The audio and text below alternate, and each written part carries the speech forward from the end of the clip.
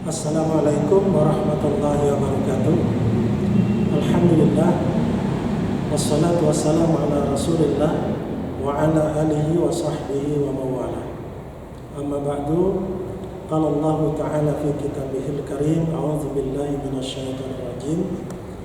Wal yakhshal ladzina law taraku min khalfihim dzurriyyatan dhi'afan khafu 'alaihim falyattaqullaha qulu qawlan sadida. Shadaqallahul adzim. Masyarakat muslimin, hadirin wal hadirat rahimakumullah, para pemirsa di rumah dan dimanapun berada, alhamdulillah kita berjumpa kembali dalam pertemuan ini. Mudah-mudahan Allah Subhanahu wa ta'ala mencatatnya sebagai pertemuan yang diridhai dan dicatat sebagai kebaikan pula.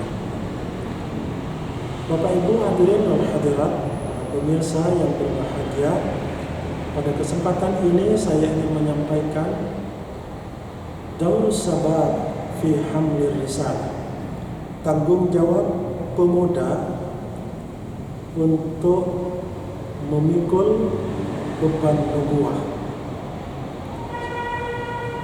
Beban nubuwah yang dipikul oleh para pemuda. Dalam sebuah ayat yang barusan saya sampaikan, Allah Subhanahu wa ta'ala berfirman, "Wal yakhshal ladzina law taraku min khalfihim dzurriyyatan dhi'afan khafu 'alaihim wal yattaqullaha wa qulu qawlan sadida." Dan hendaklah mereka, kata Allah, merasa khawatir atau takut akan meninggalkan generasi yang lemah, dan hendaklah kalian bertakwa kepada Allah Subhanahu wa ta'ala.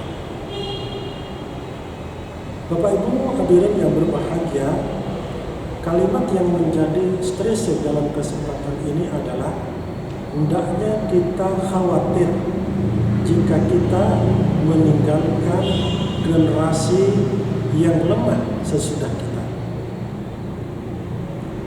Oleh karena itu dalam kesempatan ini saya ingin menyampaikan beberapa hal yang berkaitan dengan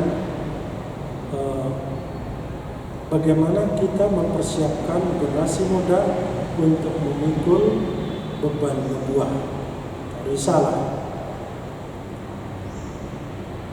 Imam Syafi'i rahimahullah mengatakan, hayatul fata wallahi bil ilmi wat tuqa. Beliau mengatakan jati diri kehidupan pemuda itu demi Allah hanya dengan dua hal. Yang pertama ilmu harus memadai, dan yang kedua adalah takwa. Fa illam yakuna, jika keduanya tidak ada, la i'tibara lidzati, maka tidak ada sebuah ibarat yang bisa disandarkan kepada pemuda yang dua hal itu tidak ada. Oleh karena itu, dua hal ini menjadi fokus perhatian kita, bagaimana membekali para pemuda. Pertama dengan ilmu, dan yang kedua dengan ketakwaan. Ilmu akan mendorong pemuda kita untuk menguasai ilmu pengetahuan dan teknologi sebagai bekal kehidupan di dunia. Kemudian yang kedua adalah pendidikan agama untuk mendorong mereka naik ke tingkat ketakwaan yang nantinya akan melahirkan akhlakul karimah. Bapak Ibu hadirin wal hadirat, pemirsa yang berbahagia, oleh karena itu dua hal ini, pertama memiliki ilmu pengetahuan dan teknologi yang memadai, dan yang kedua adalah bekal ketakwaan kepada Allah Subhanahu wa ta'ala. Dalam beberapa bulan yang lalu, Pak Insinyur Derajat mengatakan, sebenarnya bertanya, jika kita berjalan-jalan di Surabaya, di jalan-jalan poros, jalan-jalan industri, itu pertanyaannya, siapa yang memiliki itu? Maka hampir dipastikan bahwa itu bukan milik orang-orang Muslim. Jika ditanyakan siapa yang paling besar andilnya dalam memerdekakan bangsa ini, jawabannya tentu orang-orang Muslim. Tetapi kemudian setelah Indonesia merdeka, kita tidak siap untuk mengisinya karena kita tidak memiliki ilmu pengetahuan dan keterampilan yang cukup memadai untuk mengelola kemerdekaan itu untuk mensejahterakan masyarakat. Jadi bukan salah mereka jika mereka menguasai beberapa perusahaan yang penting bagi masyarakat, bukan salah mereka sekali lagi, tetapi kitalah yang harus mengevaluasi diri kita sendiri.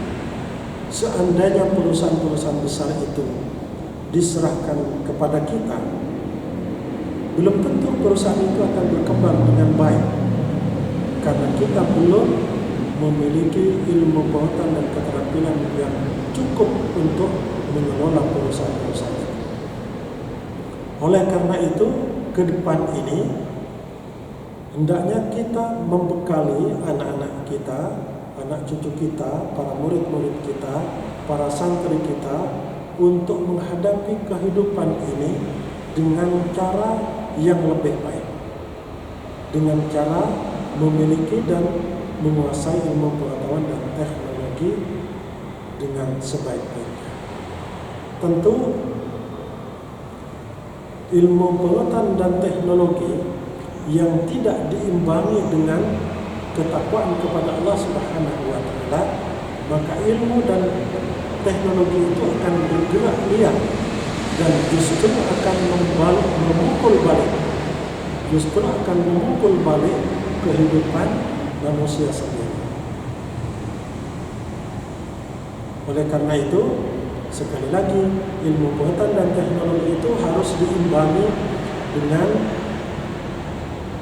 ketakwaan kepada Allah Subhanahu wa taala, agar ilmu pengetahuan dan teknologi itu bisa dimanfaatkan semaksimal mungkin untuk keselamatan, kesejahteraan, dan kedamaian hidup manusia. Bapak Ibu hadirin wal hadirat yang saya hormati, para pemirsa di rumah maupun dimanapun saja berada. Oleh karena itu,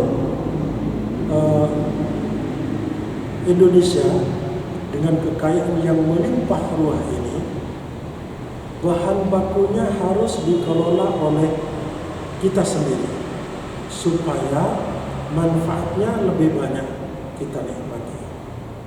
Itulah sesungguhnya tujuan dari kemerdekaan negara kita, melindungi segenap bangsa Indonesia dan seluruh tumpah darah Indonesia, seluruh kekayaan yang ada di dalamnya untuk kesejahteraan masyarakat dan penduduk Indonesia. Tetapi itu semua tidak bisa dikelola dengan baik tanpa kekuatan ilmu pengetahuan dan teknologi.